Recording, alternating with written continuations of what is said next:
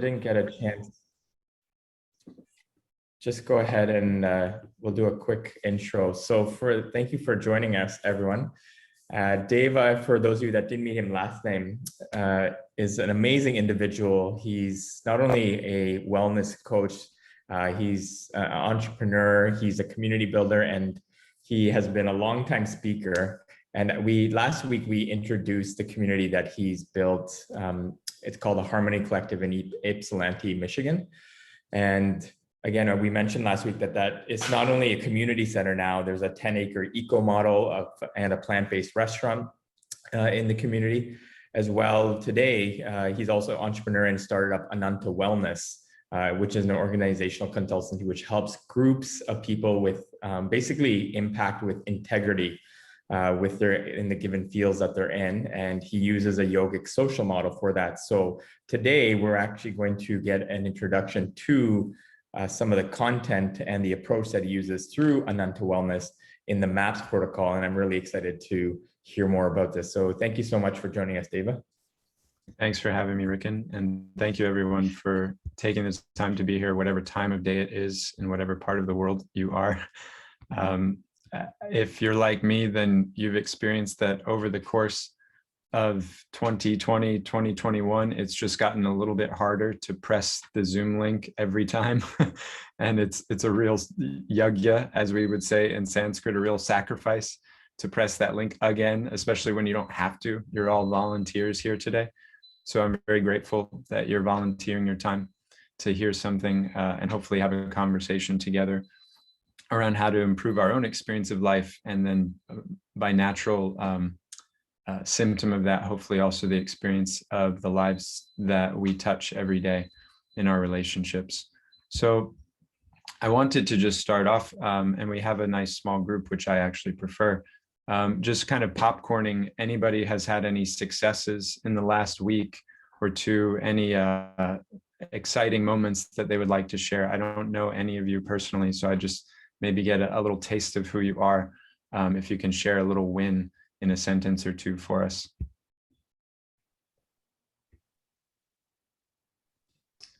Tiffany, please.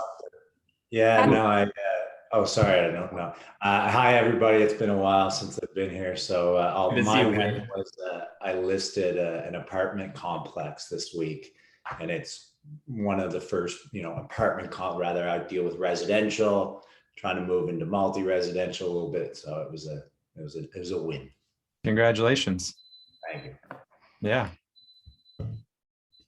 Tiffany, you seem to have something. Yeah. I had an amazing party. So all right. but this was a party beyond, I again, for me, I believe in creating community and coming here to Bermuda. That's what I really wanted to look at. And so I had a beach party. We had what are called gombe dancers, which are like African traditional tribal dancers that they would do in Bermuda. I had a friend that is a fire dancer with poi balls, and we had music, and we just had so much fun. And, my goal with that party is to just lift everybody's mood a little bit with COVID, because we've been restricted, and everyone was just like, it was so light. It was so refreshing. And since then, it's like, there's like a buzz. It buzzed me. So it got my vibe right. It got me up a little bit. And so people are waiting for the next time around. And so for me, Deva, so this was kind of my intro for the non kind of people for everybody. And one of the things that I did at my party is, I'll let you know, I got everyone to set an intention. Oh, beautiful. It was a solstice party. And I asked, because for me, the solstice is just a powerful time. And I got them to set an intention and write it down. And then we actually put our intentions, I burned them, and I said a kind of a little farewell to everyone's, to ignite their fire, to ignite their passion. Wow. So it was lots of fun. And next time, because I do have a few kind of yogis in the group, and so next time we want to try a little kirtan party if we can get some drums and a little. Oh, that would be cool. A little bit. So that was my fun. Yeah. Thank you for sharing, Tiffany. That sounds like big win. Yeah, there's forgive me, I'm forgetting her name, and maybe some of you will even catch it when I share this little piece, but there's a famous community builder woman, and she says there's 4 things needed to keep community together. 1 is that everyone dances together. 2, you tell stories together. 3, you eat together. and 4, you sing together. So it sounds like you got a great foundation to the community going with that party. Anybody else have a win they would like to share? I'll go. Yeah, Ada. Oh, we got hands up. Sorry, my win, and I don't know if it's a win, but it's something that I became very, very present to this week in the various different conversations I've had with people and meditation practices. Is that meditation is something that I'm more and more connected to. And what came to me was creating a retreat and also teaching more of meditation. So that's what I'm going off and doing. Is it's kind of like really ignited this week that joy. And so now I'm creating that, and I'm talking to other people and getting other people involved in it and sharing it. It's a little bit what Tiffany says, when you share the intention, it ignites their energy as well. And it's that whole community, because I'm very much about community and people. So it's bringing people together and it's getting people really excited. So that's a big win for me actually this week. And Paul, special thanks to you, and I think he knows what I mean by that as well. So thanks, Paul, for contributing to that. Way to go, Paul. Thank you, Ada. That sounds exciting. Thank you for sharing. We look forward to hearing more wins via that intention that you're setting there. I saw Enver and then Paul after Enver. So, hi everybody. Thank you for this opportunity again. My last weeks what were up and down, some kind. I got appointed for a project, a big project, in a short time as project manager and coordinating with other groups in our company. So I was happy after 6 years Turkey and back to Austria and having this responsibility again. But in the meantime, I made an bike accident, and after 2 weeks, I had to go to X-ray and learned that I had a femur fractured. So it was a little bit challenging, but also it went good. And yesterday at the evening, we delivered our report, and I was happy. All together, whole team was working really hard, and it was a very good collaboration, which made me happy. And also, this group is always giving me, also with our Wednesday Dharma Code missions, very much power to me and energy. And thank you very much again. And this is from my side. Way to persevere. Glad to hear that you're going to be able to recover. Yes, hopefully. Okay, let's hear from Paul as our final win for the week. Thank you so much. So I have lots of wins. Ida alluded to one of them. I had a guided meditation with Ida earlier this week, and that was fantastic. And on the same day, a goal that I'd had for about 10 years or so came to reality. I actually purchased a lake house, and so excited about the impact that that'll have on the family and the lifestyle and so on. I will get to upgrade my my living quarters when I get away from home. So I'm really quite excited about it. Thank you for asking. Cool. Congratulations. Yeah. We sound like we have a few choice locations for parties now, if we ever want to come together as a group. That would be fantastic. I love great company, and this group Retreats, meditation retreats, yoga retreats. Yeah. We have to brand it right, but at the end of the day, it's just a party. That's the entrepreneur. There we go. Okay, thank you so much, Oh, Ricken's got something. Yeah, I just want to share last week, both, I think we shared some pictures, but we gathered with Paul, Corey, and Tariq, and we had some food together at my place. And then even later on in the week, in person, like face to in face. person, yeah, in person. And then Corey came over also, and I introduced her to a pressure cooker and taught her a couple of things, and we did some meditation together. That was fun too. Wow, so that was my big win, in addition to the Dharma code. Beautiful. I think we could just keep rolling on this all day, but since I'm supposed to say something now, I will. I felt I had a lot of wins this week, so to speak. But personally, the thing I was happiest about, we're having a Shastra study. It's like a scripture study in our community with a group of maybe 8 or so practitioners, and they're all people who are more or less experienced. You know, they've been around, they've heard things before. But just early on within the group's development, I can tell that everybody's having kind of a renewed and refreshed experience of the wisdom that has, you know, as anything can become hackneyed in our lives, the wisdom is kind of being refreshed for them. And as the person who's convened the group, that was the pressure on me, and also the responsibility I was feeling was to create that refreshed experience. And so the responses have been really positive, and I've felt very grateful that my hope, desire, and intention has been developing that way so far. So also our restaurant had its best day a few days ago, which was an exciting development on the business side, especially since the street in front of the restaurant has been shut down for water main work for the last week. It was a great day to have our best day. So let's get into now. Thank you everyone for sharing your successes, and it just makes me more intrigued to meet the people of this group in deeper ways. So I'm very impressed with Ada and Ricken and all the organizers of this Titan community for bringing you all together in your different parts of the planet. I'm very humbled to be in front of you today to share something. Hopefully it will be of value to the things that you value, and you'll be able to bring something with you for those that you serve. I just wanted to touch briefly on what we discussed last week, as it kind of is a foundational point for the value of what I'll share, which is the MAPS protocol. It's a kind of synthesis of different practices that would be called yoga today. And what I've found is that often what happens when yoga is presented, it's kind of broken apart and commoditized. So you take one piece here, one piece there.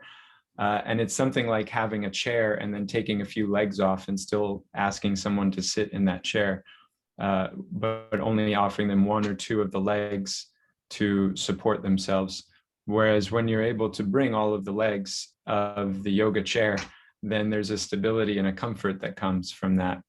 And it's challenging to do that in certain environments. If you're not in a yoga studio or a temple or, a space kind of we would say dedicated to that, then it's not always obvious how to bring those principles and practices into our experience, what to speak of the experience of others who may not have those same values, but would benefit from them.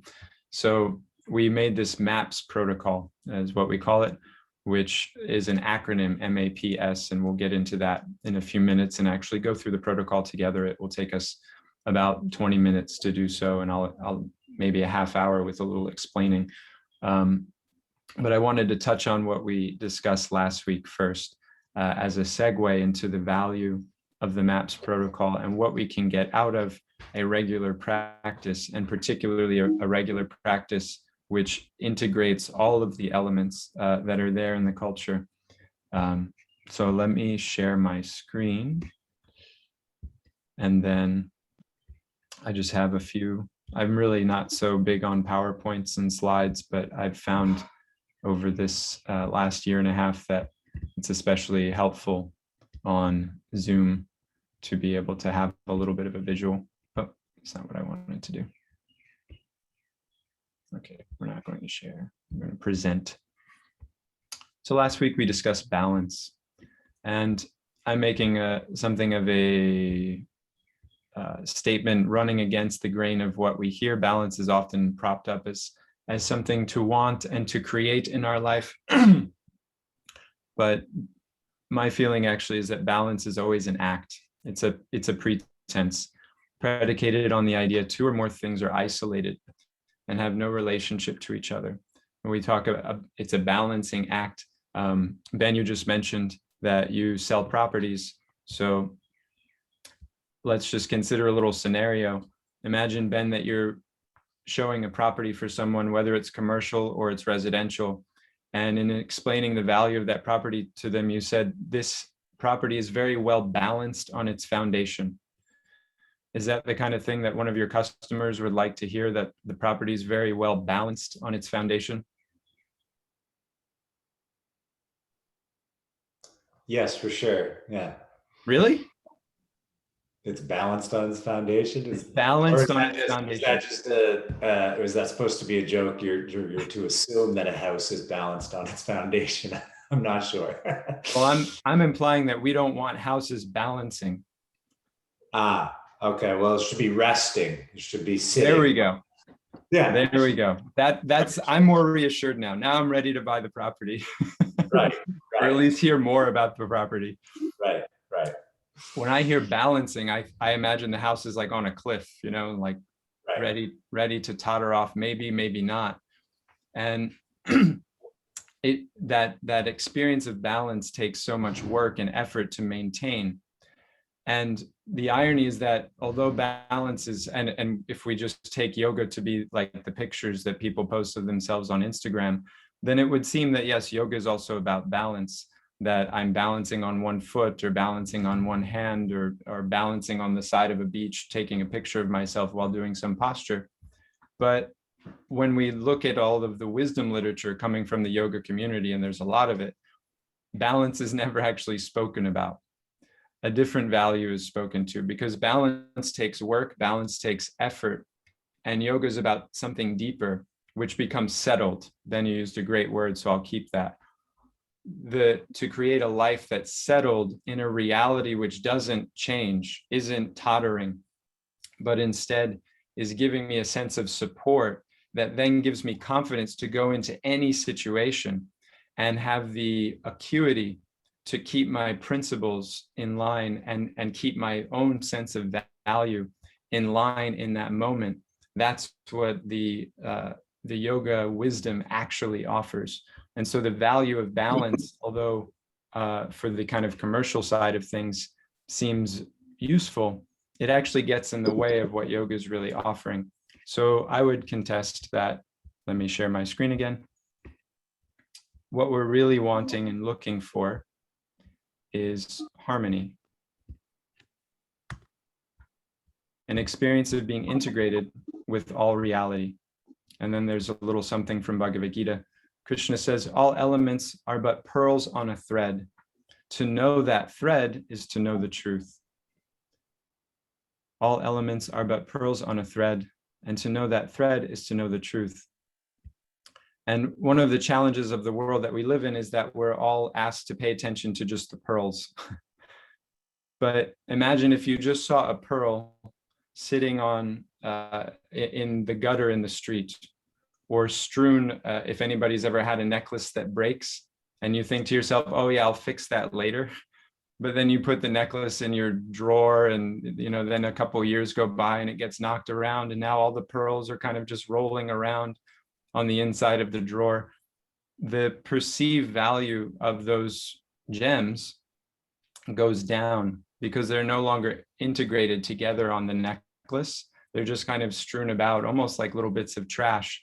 And their luster and their attractiveness are no longer clear. They're no longer apparent because they're not set up in that beautiful necklace that can easily be placed around your neck. Now it's a lot of work to put the things back together, and we'd rather not bother. So to find that thread that all reality is strung into and strung on is the work of yoga, and where integrity comes from. But when we see balance, it's this idea that things are separate, that the pearls can't fit on the thread together, and they're somehow opposed. And so to illustrate this, I'd like to share a lesson that I learned from a friend from the Native American community. His name in that community is Deer Walker, so that's what I like to call him. But his given name is Denny, and that's his professional name. That's what folks call him where he works. And where he works is at the enormous oil refinery just south of Detroit. And some of you may be picking up already that there's a bit of a clash of values there, that he's a Native American and he's very serious about his practice, and he still goes to the Black Hills in North and South Dakota to do the ceremonies each year that are asking for Mother Earth to be restored and for humanity to come back into an integrated harmony with her, so that we can all, and not only humanity, but all life, prosper and develop in a healthy way. And so to see somebody with that set of values going into work at an oil refinery seems something contradictory. And in fact, I heard this lesson from him when he went to speak at a protest for a pipeline that they were trying to put here through Michigan. And there was a lot of upset. They were going to go through native land, etc. And so somebody actually in the audience challenged him and said, "Why are you speaking? Because you work for the, an oil company." And he had a very amazing reply. He didn't say that he has to balance his life as an oil worker and somebody who has these values of Native American culture, harmonizing with nature. He didn't entertain the idea that they're opposed. Actually, he said, "Yes, you're right. I work at the oil refinery. And what's my job there? I'm the head safety engineer. So it's my job to make choices around what machinery and processes we use at the oil refinery. And those are the two most impactful decisions relative to the environmental impact that this oil refinery is going to have. What machines do we buy and how do we use them? That's what's going to determine the waste or the lack thereof that comes from the processes that we do at our oil refinery. So the choices that I make have the potential to make sure that huge amounts of pollution don't go into the environment from an oil refinery that's going to exist whether I work there or not."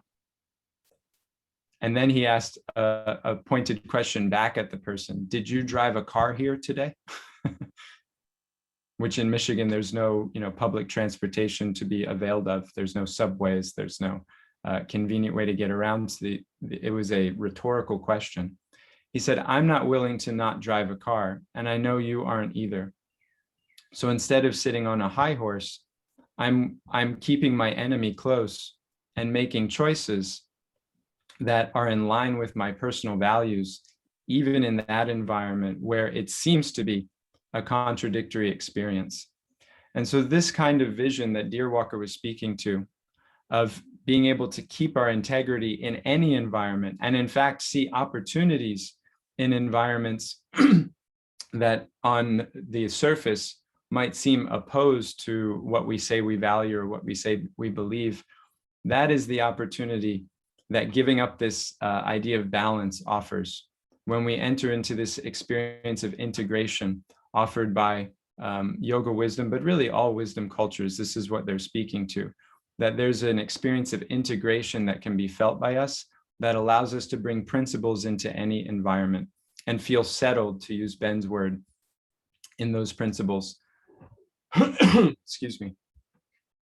So how to actually create that vision and experience for ourselves and others, that's a very important question, because it's one thing to discuss and to tell, fun anecdotes and clever stories to each other on Zoom calls or at retreats or the different spaces that we, create to kind of carve out a more sacred experience. But it's a whole nother thing when we're sitting in, the office with a fellow coworker having a contentious discussion about a nitty-gritty issue dealing with the, the business. It's a whole other thing to keep that sense of poise and purpose when we're getting into it with our spouse about something that matters to both of us. It's a whole nother thing to keep it when we're dealing with our children and they're not behaving the way that we would expect them to. It's a whole nother thing to actually live every day, moment to moment, with that integrity. And so that's why we began our program Ananta Wellness. And this is a business that I've started to be able to bring in these principles into secular environments where they can be appreciated as universal and valuable and remove from their sometimes perceived religious context. So I don't mean to plug my business, so please forgive if that's how it's coming off, but I just didn't feel like making a PowerPoint for a website that already exists. So we're just going to use my business's website to help you guys appreciate this MAPS protocol and how it can, the value that it can bring to your life and really anyone's life who wants to take that on. And I know that many of you have probably experienced the value of these different practices. Ida's discussing and her shared her win as around teaching meditation and the impact that's having for her and others that she's doing it with. So I have no doubt that many of these things are familiar for you all already. But maybe this is a new way to experience it, and a kind of simplified way that in some ways may demystify the situation and make it a very accessible thing that can be brought into your life every day for a few minutes to have the value that we probably all already experienced is there, but maybe intimidated that it might take too much time to bring in. .org.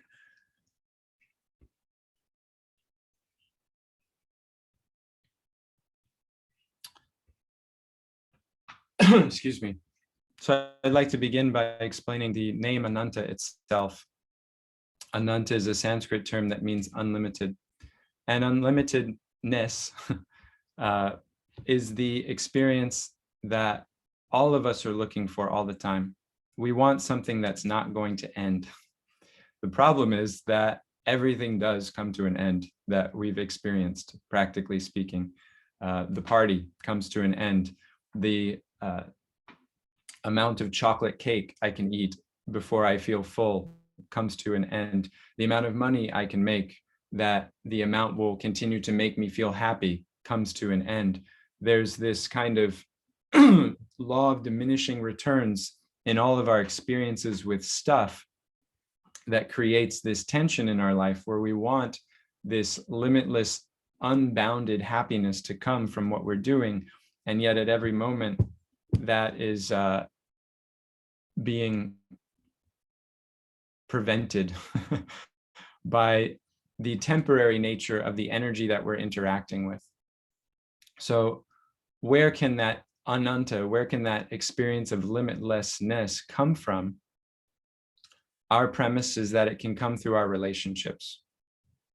Instead of focusing on resources, instead of focusing on stuff, if we allow ourselves to focus on relationship, then an experience of limitlessness is possible, and limitless happiness, love is possible through those relationships. But if we're thinking about the resource, if we're thinking about the property or the commodity or the business itself, the item, then we're going to miss out on that potential limitlessness, because the limitlessness is in the opportunity for relating to others perpetually. I can only eat 4 slices of pizza, but there's already 12 people on this Zoom call, and we could have 1,200 people on this Zoom call. The whole planet could be on this Zoom call, and we could be relating to one another through that if the intention was there and the sense of opportunity was there for each of the people present. And so that becomes the challenge when we talk about experiencing the limitless joy available in relationships, is to get everybody on that page that that's what we want to do, that's what we're here for. And the modern world is kind of running against the grain of that potential by creating that idea that we're all separate. We're all individual pearls, and we have to compete to be the best pearl, and we have to put the other pearls down so that we can be the top pearl, enjoying the fruits of being at the top of the heap, the top of the pile, the king of the hill. That adversarial idea that modern life just kind of naturally inculcates into each of us runs against, again, this potential that we can experience a limitless joy, a sense of service in all of our relationships if we allow ourselves to. So that's what the proposal of the MAPS protocol is offering, is that, and you see our logo here, the heart and the brain, or the heart and the mind, can actually become integrated with each other and support us in moving towards that experience of limitless self through loving relationships, relationships based on service. And we create this dichotomy of the mind and the heart to kind of characterize the two opposing flows of thought or desire that we often find ourselves in. The mind has those concerns of the modern world, which say that you have to be on top and you have to worry about the other guy taking you down and you have to protect yourself and there's only so much. And so you have to make sure that you get yours. All those anxious, worried feelings that come into our lives come from the mind. And the mind has its place. The mind has its prudence and its practical use. But there's a problem that comes into our being when we allow the mind to be the one in charge, when we allow the mind to be at the forefront and the heart to be kind of take a back seat. Then we find that there's a rift in our sense of personal integrity, that internally I know it doesn't have to be this way, but I'm allowing this kind of like busybody, worrisome person to run my life, characterizing the mind. So MAPS, the MAPS protocol, which we're going to do together, we use the map to navigate the relationship between our mind and our heart and to reestablish it in its proper position, that the heart is leading the way. My sense of self as possibility, my sense of self as service, my sense of self as that limitless potential to relate to and love, to support all beings. That's what my heart wants to do. And my mind may have some prudent contributions. We can't do it for everyone right now, but we can do it for our family right now. We can do it for our business right now. We can do it for our neighbors right now. And by the mind's prudence, we gradually see the choices to make to raise ourselves to that experience of limitless potential in service.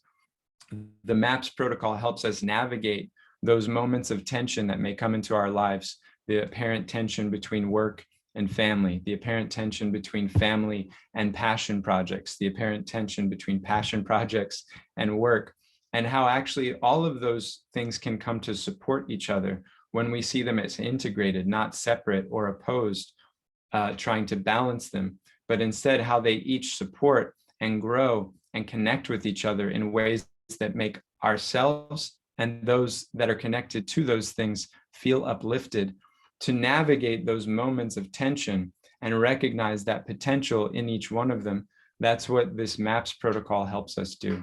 That's the value of a yoga practice, not just to be able to bend or stretch nicely or to clear our mind of all useless thoughts, but to actually be able to access powerful and effective thoughts in every moment. And if any of you are familiar with the Bhagavad Gita and the scenario which with that is discussed in, it's the most famous yogic text, so that's why I like to reference it. The Bhagavad Gita takes place on a battlefield. It's a very curious place to have a spiritual discussion. And the whole emphasis of Krishna to Arjuna in that conversation, Arjuna is a warrior and Krishna is his chariot driver. And Krishna is explaining to Arjuna, who wants to run away from the battlefield and essentially go sit in the woods and, have his own little personal meditation retreat and avoid the battle, which he doesn't want to fight for different reasons, although he's fought many battles before. And this particular battle is a righteous one, an important one, so that he can protect his constituents. He wants to run away and hide in the woods, and on the plea that that's actually the more spiritual thing to do. And Krishna says something very wonderful, to paraphrase. He says, if you can't be spiritual on the battlefield, then you're not actually spiritual when you're sitting in the woods or at the temple or at the church or the yoga studio or the meditation retreat, wherever we might find our sacred space.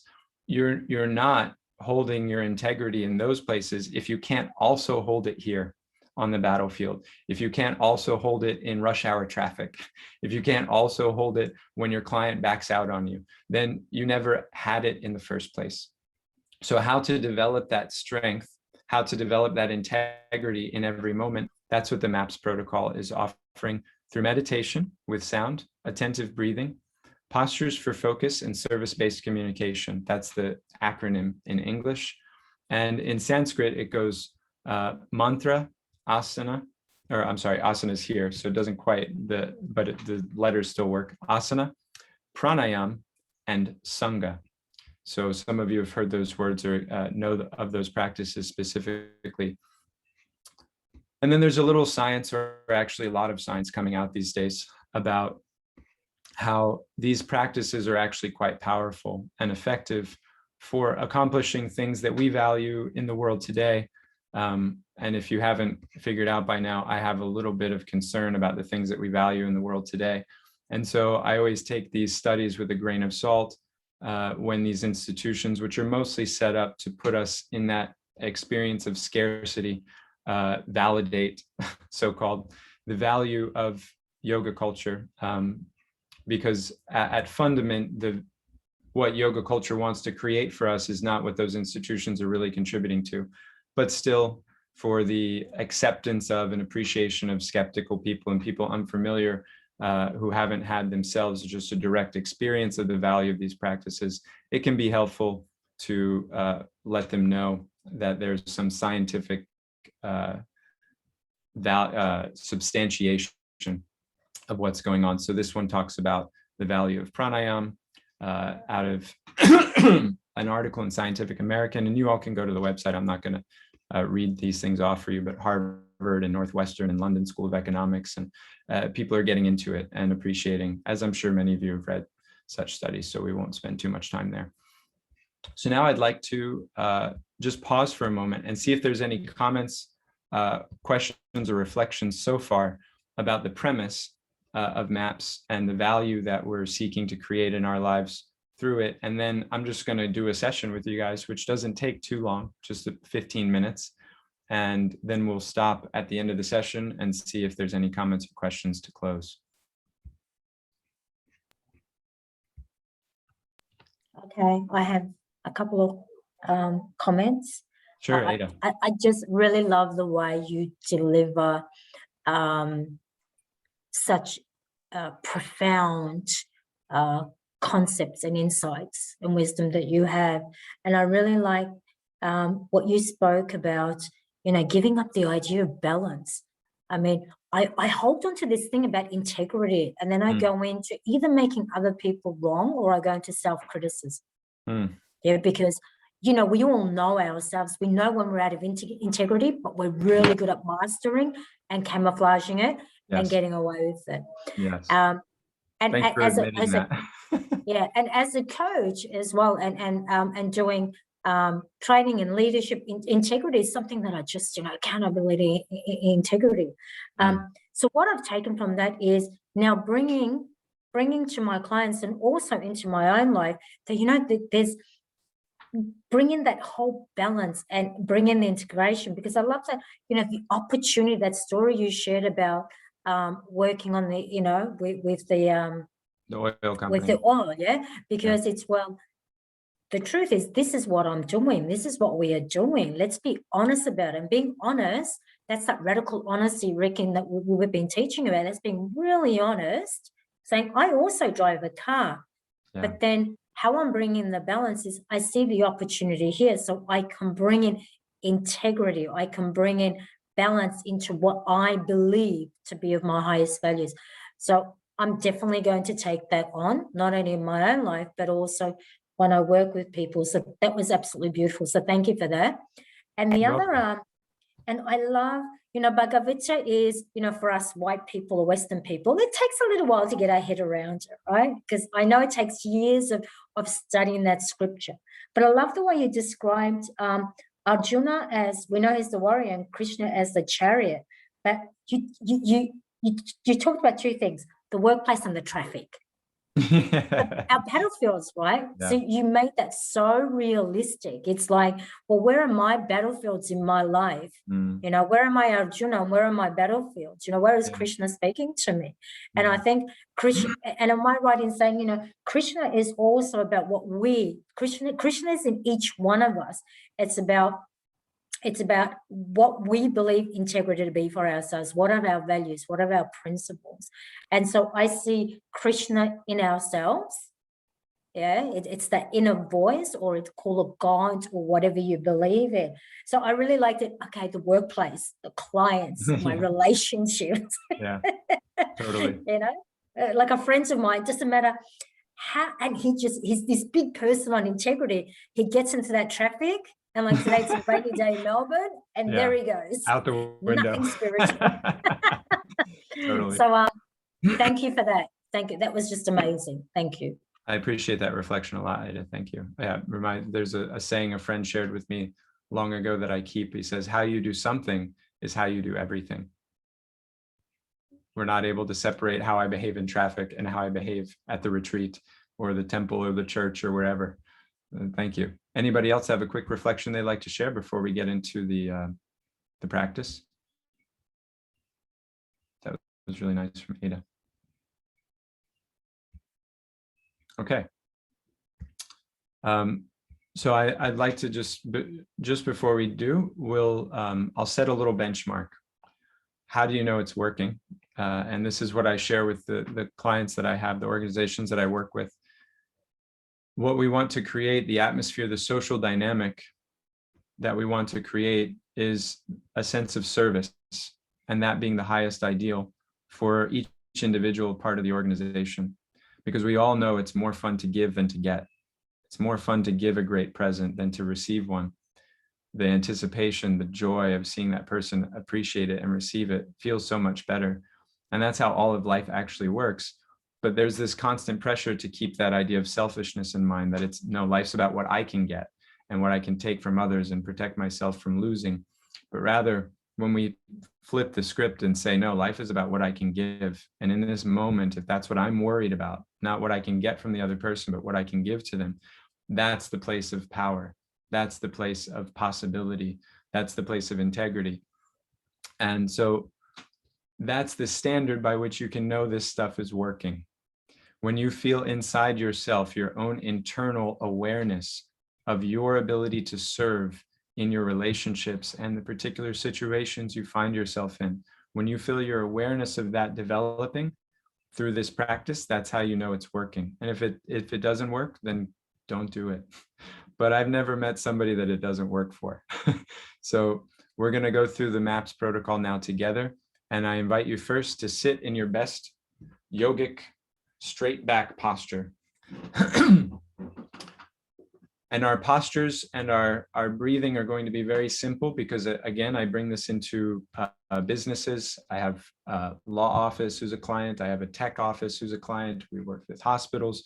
I just worked with a school yesterday. So we're not in yoga studios. Again, the simplicity of this system is part of its brilliance. And that simplicity is kind of abstracted in the modern presentation of yoga. So we want to bring it back down to home, something anybody can do anywhere. So that's another element of this MAPS protocol.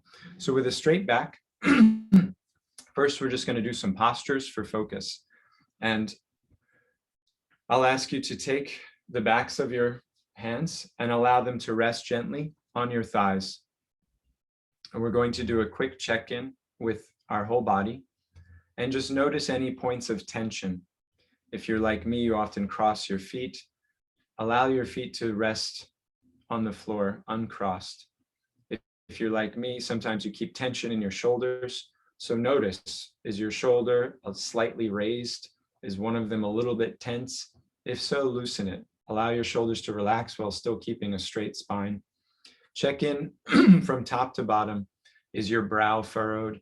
Is your jaw clenched? Do you feel some tension in your neck? Is your stomach relaxed? Do you have your thighs and legs again resting easily on the floor, or are they clenched in some way? Just do a total body scan and notice any points of tension, because those points of tension relate to your psychological and emotional state, and allow them to release. Take the pressure off.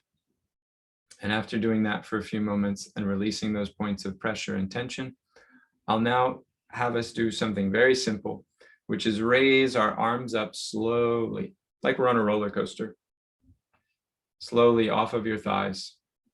And when your hands get to the top, then let them fall back down gracefully, turning your hands over so that your palms are facing up towards the ceiling. It's a very simple movement. Do it one more time. Simply raising the arms up. It's so simple it feels silly, but it works. And then turn your hands over and let your palms fall gently back down. The slower, the better. The more meditative, the better. One more time. See how slow you can go and at the same time not stop. turning the palms over, palms now facing up, slowly careening back down to my thigh. Simple posture. We're going to incorporate some breath work now. We're going to do Ujjayi breath, which some of you may have done before, some of you may have not. I like to also call it ocean breath. We breathe from the back of our throat. So it's very important to keep the lips closed during this breath, because that's the power, that we're not going to use our mouth at all. We're going to breathe through our nose, but it's going to feel like it's coming from the back of my throat. So I'll come close to the screen just so you can hear the sound that it should make. I call it ocean breath because if you put the conch shell up to your ear, if we go visit Tiffany in Bermuda and grab a conch shell and put it to our ear, it will sound like we're about to breathe.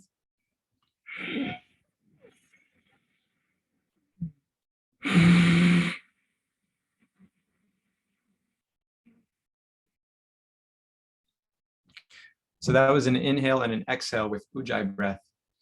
Now the way to catch this breath, if you've never done it before, because it's pulling from the back of the throat, you close, well, first we'll open our mouth big, wide, and gasp a breath of air in.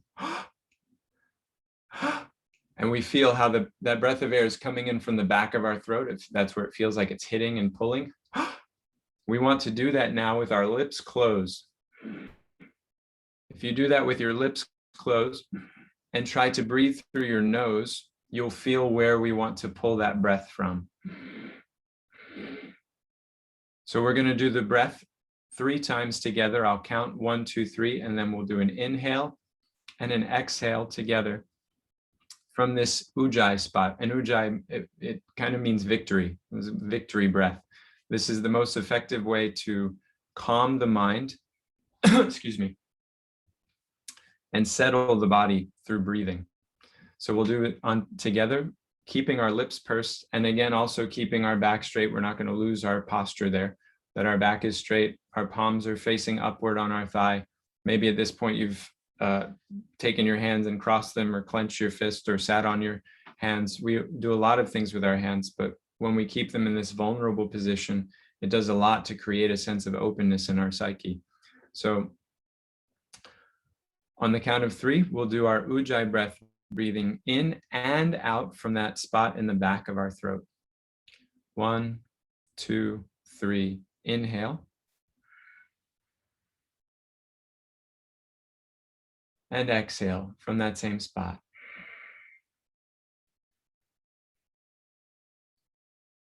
And inhale.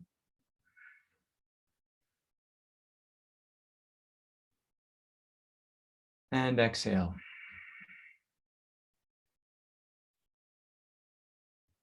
One more. Inhale.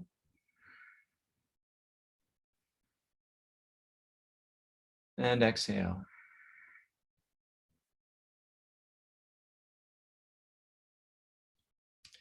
Now we're going to incorporate the two, the movement and the breathing. And you can probably already imagine on our inhale, we're also going to be raising our arms up. And just as our lungs are filling with air to the tippy top and our fingers are getting to the top, their apex of our movement, at that moment, we're going to turn our hands over and begin to exhale. And we want to coordinate so that just as the last bits of breath are leaving my lungs, so also my hands are just beginning to touch my thighs again. So coordinating the apex of our breathing and the descent of our exhale. So on the count of 3, we'll do this together. 1, 2, 3, inhale.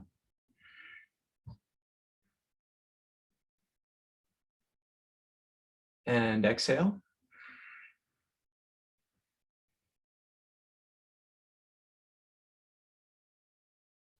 Inhale again.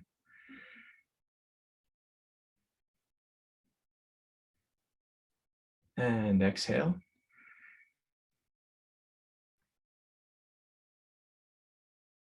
Now do twice on your own pace, inhaling deeply and exhaling deeply, going as slow as you can at the same time to bring in all the oxygen possible and release all the oxygen possible.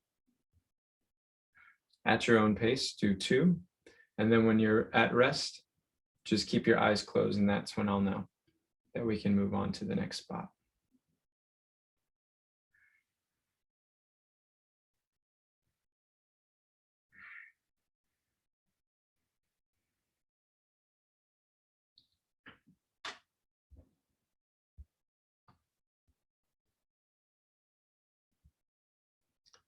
Some real yogis in the group, very slow, very methodical in their approach. So I'd like to just do a quick check-in before we move on to the mantra portion. One word answers, if anybody would like to share how they're feeling at the moment after we did our first two portions, the postures for focus and the attentive breathing.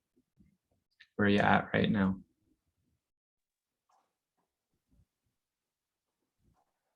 Grounded. Grounded. Thanks, Tiffany. Peaceful. Peaceful. Thanks, Paul. Very Energy flowing freely. It's like it's not, the energy starting to flow, Mm-hmm. right? It's like there's no block. It's just free is the word. Freedom. Got it. Beautiful. Thank you, Ada. Relaxed. Very relaxed. Very relaxed. Wonderful. And I didn't have to tell you guys to feel that way. You just automatically do because that's the efficacy of these practices. And it's quite simple. I hope everyone can appreciate that sitting at your office or students sitting in their desks, as I did yesterday, are able to do these things without any special mats or clothes or space. From where you are, you can do these simple postures and breathing techniques. So now we're going to move into the mantra portion. And what we've done, I love grounded is also how I always feel, Tiffany, after doing that section of maps, the attentive breathing and the postures for focus. What I find that does is bring my body and my mind into alignment. And they're no longer off in different places doing different things now, but I'm very settled. I'm very grounded in that space of my body and mind. And I'm beginning to, speaking to Ida's point, I'm beginning to become free of the concerns of those two tools that ultimately my conscious self is supposed to be using. But too often when I'm not being introspective and allowing myself to become aware of those tools through practice like this, then my conscious self becomes used by the tools and a tool of them instead of the other way around. As I mentioned earlier, the mind becomes in control and the heart is kind of subordinated as just an object of the mind, but it's supposed to be the other way around, that myself is to use the mind and body as a tool. And so to further distinguish that conscious self, we're going to use something called mantra, which that word literally means to free the mind, to free the awareness. So the mantra that we're going to do today, and probably many of you, Tiffany, you mentioned kirtan before. Many of you have done mantra in the past. The mantra we're going to do today is only 4 words. And so I'll share those together. And then we'll start 2 words at a time, you guys repeating after me. And then we'll build into saying the whole mantra, all 4 words together. So the mantra that we're going to share is Nitai Gaur Namo Nama. The word Nitai means always. Gora means golden. And Namo Nama is like namaste, a word many of us have heard and we're probably familiar with. Namo Nama means to offer myself. And so the intention of this meditation is that I offer myself always to that golden opportunity to serve. Wherever I am and whomever I'm with, that's where my satisfaction actually lies. And that's where their satisfaction lies, is when I'm coming from a place of service. So that's our intention through this meditation, is to help our conscious self. And as I mentioned, that's the metric by which we judge, is it working? Am I actually bringing out my conscious self, or just some other projection of my false ego, my conditioned, fearful self? The real standard is that I'm developing my sense of service. So Nitai Gaur Namo Nama is that vibrational intention to always be aware of that potential to serve, that golden opportunity is present in any situation. So, excuse me, we'll just do 2 words at a time to begin with, and then we'll build up to meditating on the whole mantra. And the kind of science, you could say, of mantra meditation, why it's one of the reasons it's effective, is because it allows us a focal point, and through that focal point, it allows everything else to fade. It allows all other concerns, considerations to go away, and strengthens the consciousness of the person who's doing it to be able to focus on whatever they would like. And so we'll do the 2 words at a time to begin with, and again, work up to saying all 4 together. So without losing your posture, which is very helpful for creating this focused experience, making sure that the hands are still facing up on the thighs, making sure that the spine is still straight. It's kind of like our antenna. You know, the signal can be there, but unless the antenna is straight and not rusty, then it's hard to receive it. So we're just going to make sure our antenna is still straight, checking in again with the body, any tension points that might be there. And now we're going to say the mantra together, 2 words at a time. So please repeat after me. Nitai Gora. Namo Namah. Nitai Gora. Nitai Gora. Namo Namah. Namo Namaha. Nitai Gora. Namo Namah. Nitai Gora. Namo Namah. We're going to bring the whole mantra together. And if you aren't already, allow yourself to just focus on the vibration. You may be wondering, okay, how long is this going to continue to take? Or I'm hungry. I forgot to send that email. The mind comes up with so many things to pay attention to other than what we're doing all the time, including when we're trying to meditate. And so that's one of the general values of meditation, again, is to develop that, strengthen that ability to focus on something. So allow yourself to just focus on the experience of the vibration. And we'll now do the whole mantra together, all 4 words. So I'll say, and then you all continue to say after. Nitai Gor, Namo Namaha. Nitai Gor, Namo Namaha. Nitai Gora, Namo Namaha.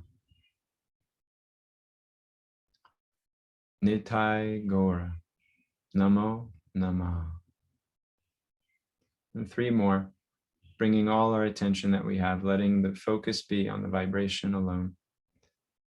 Nitai Gora, Namo Namaha.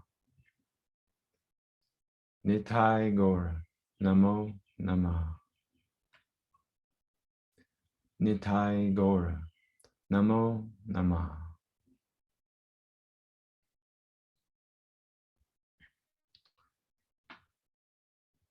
Wonderful. So now we've used mantra, we've done some asana, we've done some pranayam, some meditation, attentive breathing, and postures for focus.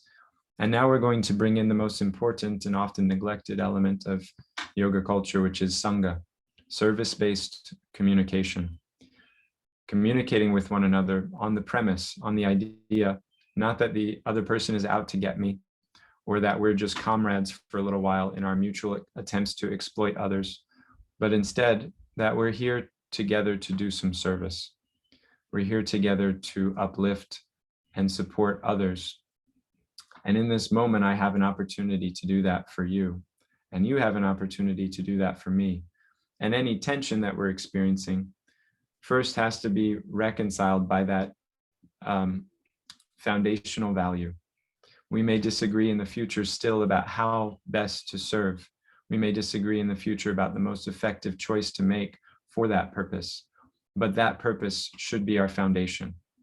That's sangha.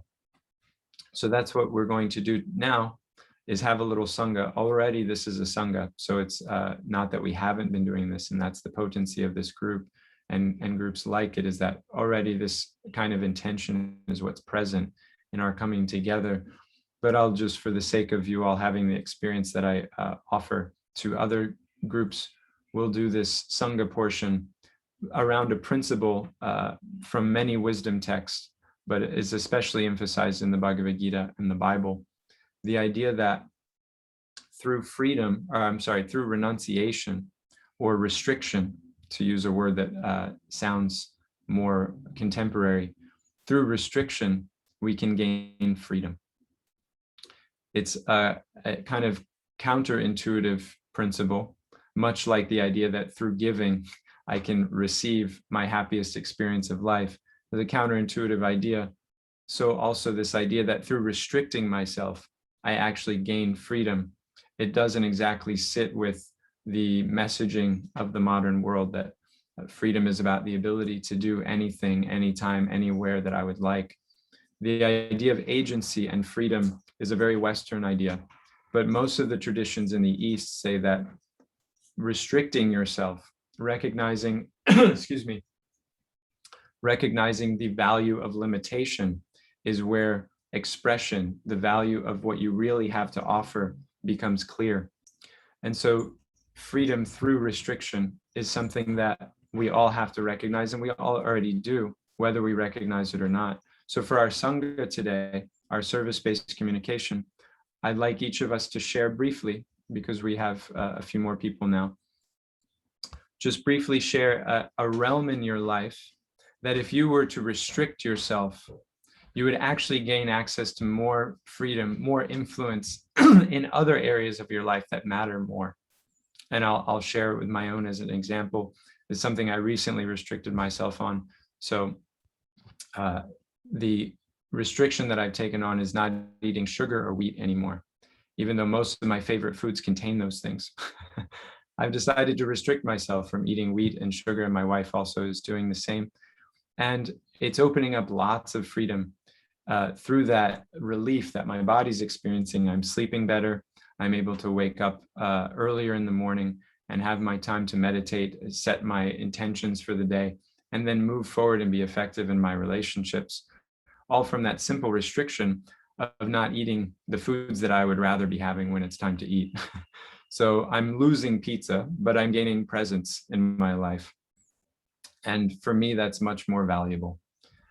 So that's an example, and I'll open it now for each of you. Ada's got her hand up, so we can begin with her to share an area in your life that if you restricted yourself, you'd actually gain freedom in places where it matters more. As soon as you asked that question, the first thing that came to my mind is this week I've given up coffee. Whoa. I really like my coffee, right? So the coffee, and at the same time, the wheat. And I'm sleeping better. Like I don't have good sleep anyway, but I'm finding I'm sleeping better. And then I'm having this self-dialogue going, see if you can do the discipline, which you've done before. Like when I go to the ashram, I do this whole vegetarian, no coffee. I can, when I go to India, I can do it for 7 weeks. So I'm finding that freedom again. So then I go, okay, what else can I do? Yes, right. What else can we get rid of? Yeah. Beautiful. That's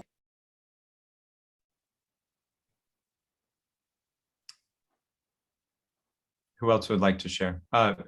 Enver, you have your hand up.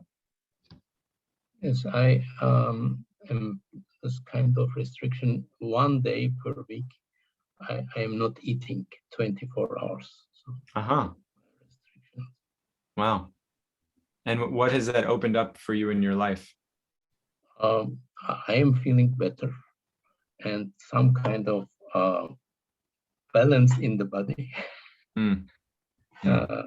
And also it's some kind of regulation, let's say.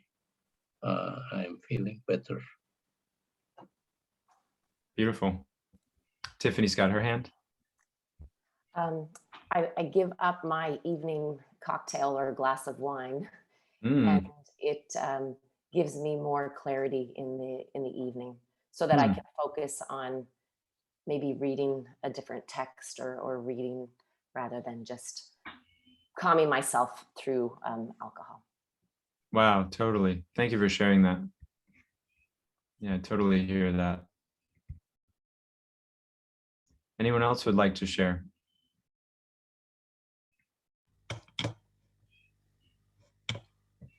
I'll speak. Oh yeah, Ben. Sorry, you had your hand. That's okay. First, thank you for your presentation. Actually, it's connecting on a lot of levels. So I just want to thank you for your time and presentation. Oh, you're welcome.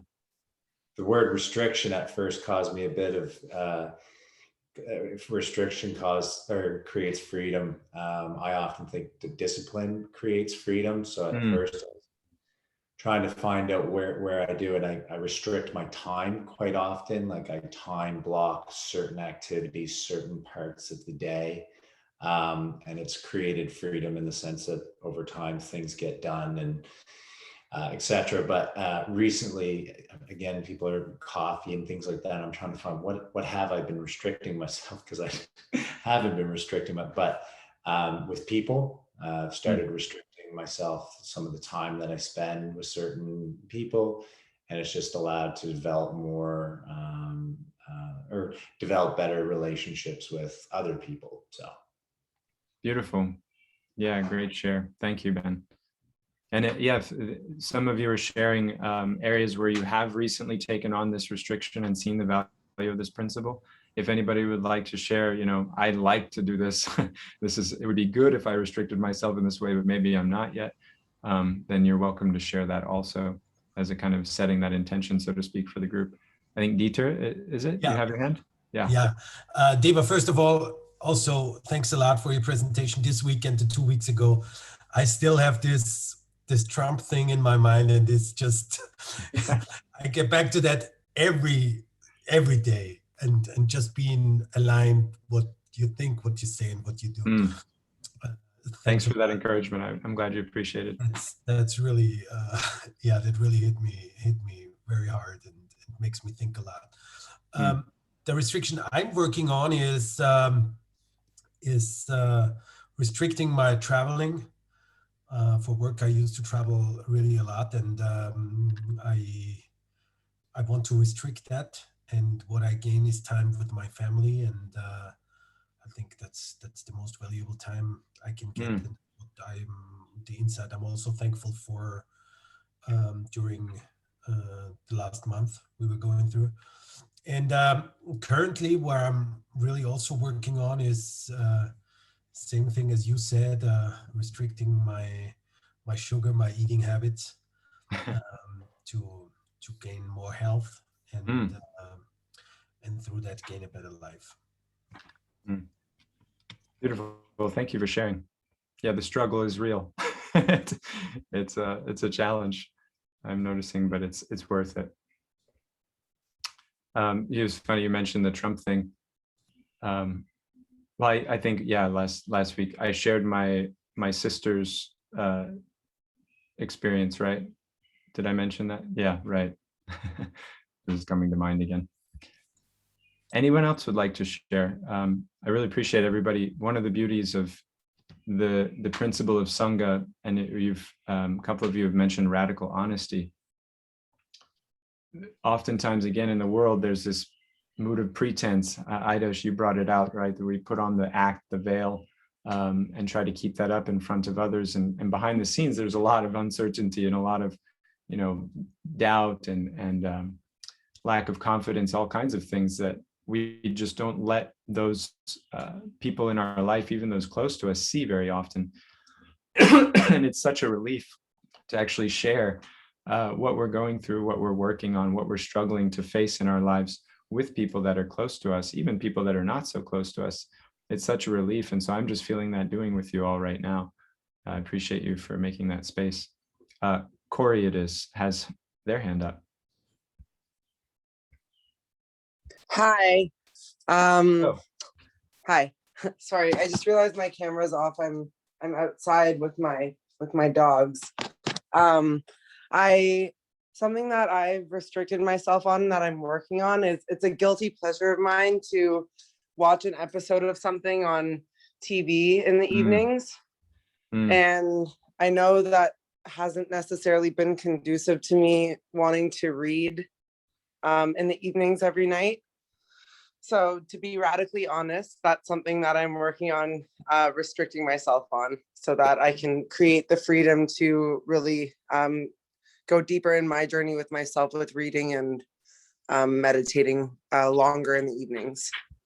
Man, thank you for that share, Corey. I really, that's something I could also take a look at and do less of in my life. I'm sure many people can relate.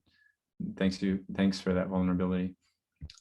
Maybe anybody, I think we've heard from most people anyway, but anyone else burning to share? Ricken's got his hand up. Yeah, I was just going to share I've been doing this for a little while and just restricting what I eat. So on Wednesdays, a mentor of mine challenged me. He says, just try to eat in the evening. And it was just coming off the back of me wanting to have, a little bit better control of the mind. And so it was a tall order at the beginning 5 years ago. But I can guarantee and say outside of mantra meditation, it's the most powerful way to really develop some self-control. And yeah, it's something that I do now. And the yoga texts explain that the reason why we do this is, if you control what you put in your mouth, and the tongue being the most powerful sense, then, all the other senses kind of fall into line. So the stomach and the genitals. So it's actually a really powerful, it's one of the deeper meanings why we fast. And I've really, really experienced a lot more empowerment and just self-control by just doing this one simple thing. Beautiful. Yeah. Sometimes the tongue is compared to the rudder of our ship. So the rudder is a very small element on even a big ship, but it is the all-important one for determining which direction that ship will go. So thank you for that share, Rick. And many of you did share that to some way or degree, you're restricting the tongue. No more coffee, alcohol, sugar, wheat and sugar. It's a big deal, and many of us are tapping into that. So thank you all. I'm going to stop there because I think we're maybe a little over the usual time, but I hope you all found it worth it just to have the chance to share a little bit, hear from each other. That really rounds out this MAPS experience. And you can imagine you all are used to these kinds of experiences, but when I bring this into an office environment where, it's like corporate America 101 is their usual operating standard, and then they have this kind of experience together, it blows them out of the water truly, and it changes the idea fundamentally of how they look at each other. And it's really fun work to do. So that's kind of why I started this Ananta program, was to be able to go into those environments and do what we've been doing together in places where otherwise they may not let us. So thank you all for letting me share this MAPS protocol with you. And I appreciate so much all the reflections and sharing that you all were doing. Thank you, Deva. So Ricken, I'll ask that question.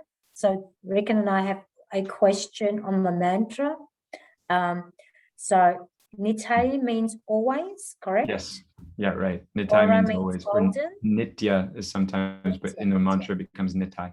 Okay, means always. And Gora? Golden. Is that right? Yeah. Gora means right. golden. Mm-hmm. And Namo Namah means offering respect. Yeah, that's a little bit of a toned down version though. It really means I'm offering myself. I'm offering myself. Yeah, it's like so one of my writing projects is unreasonable yoga. The whole culture of yoga has been kind of tempered by its involvement with corporate life and that whole paradigm of commoditization. But Namo Nama literally means I'm nothing before you. Namaste means the same thing. So many people say these words, but it's a fundamental, again, kind of foundational experience that we're trying to have, way beyond just kind of balancing. I respect you, you respect me. I respect you even if you don't respect me. I'm your servant even if you don't want to be my servant. That's what we're really trying, like Jesus. What's so amazing about him? Why do we still talk about him?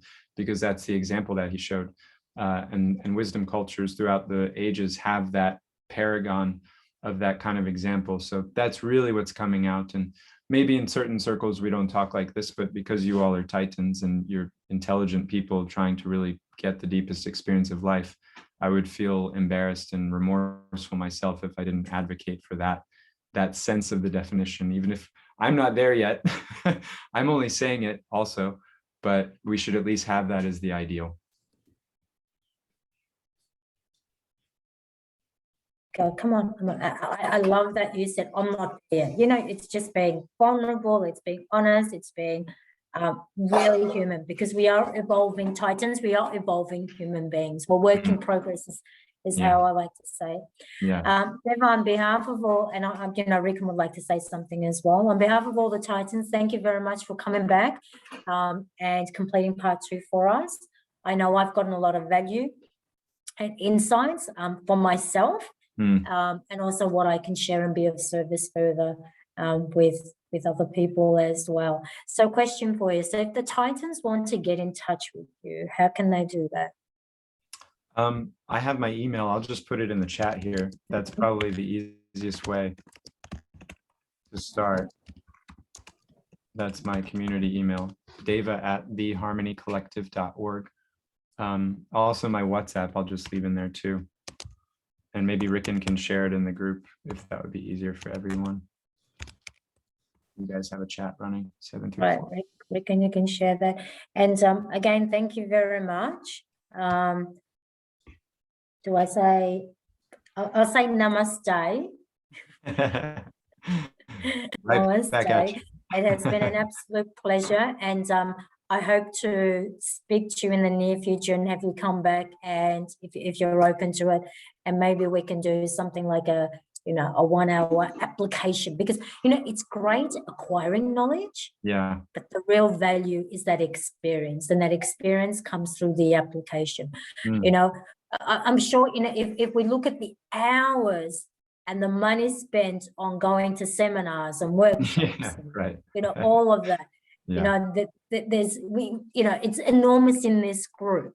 But I really believe, I can only share from my own experience where my growth has come from, where my learning has come from, is through the application. And it doesn't mean that the application is always perfect, right?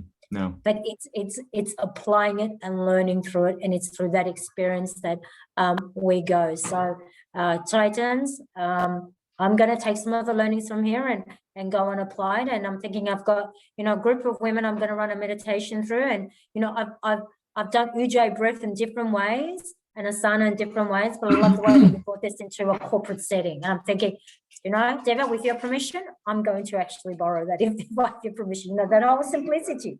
I don't mind. That's why it's there. And that's to your point of application, that the Sangha section, I really look forward to it when I'm in a real clear context, like a school or a hospital, and I'm with a group of nurses, and it's like, okay, what stops you from serving when you're on the floor?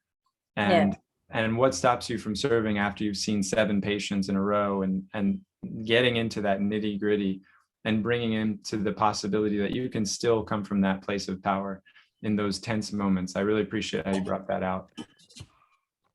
Right. So I look forward to, and Ricken and I look forward to speaking to you soon, and have you come and do some application with us. So thank you very much again, and I'll pass it on to Ricken to close today's Titan session. Thank you so much, Deva. Deva, I just wanted to clarify before we leave. I just put it in the chat box, but the kind of the definition of the whole mantra is it I always offer respect and seek out the golden opportunity to serve, or can you? I know you said it in a different way, maybe.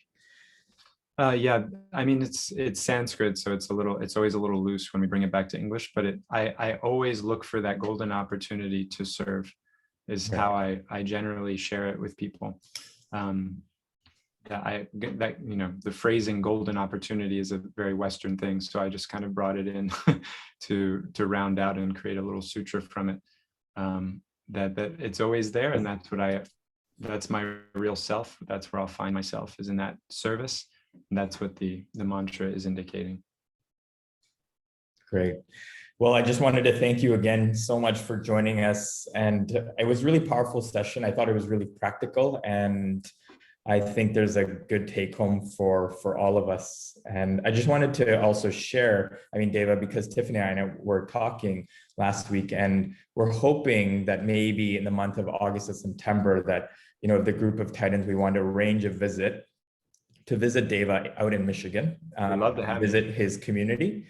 And we would set up like a specific, just like a very, experience just for our group that Deva was willing to organize. So we're in the midst of trying to plan that. As soon as we're hoping that after July, travel will open up to the US for everybody.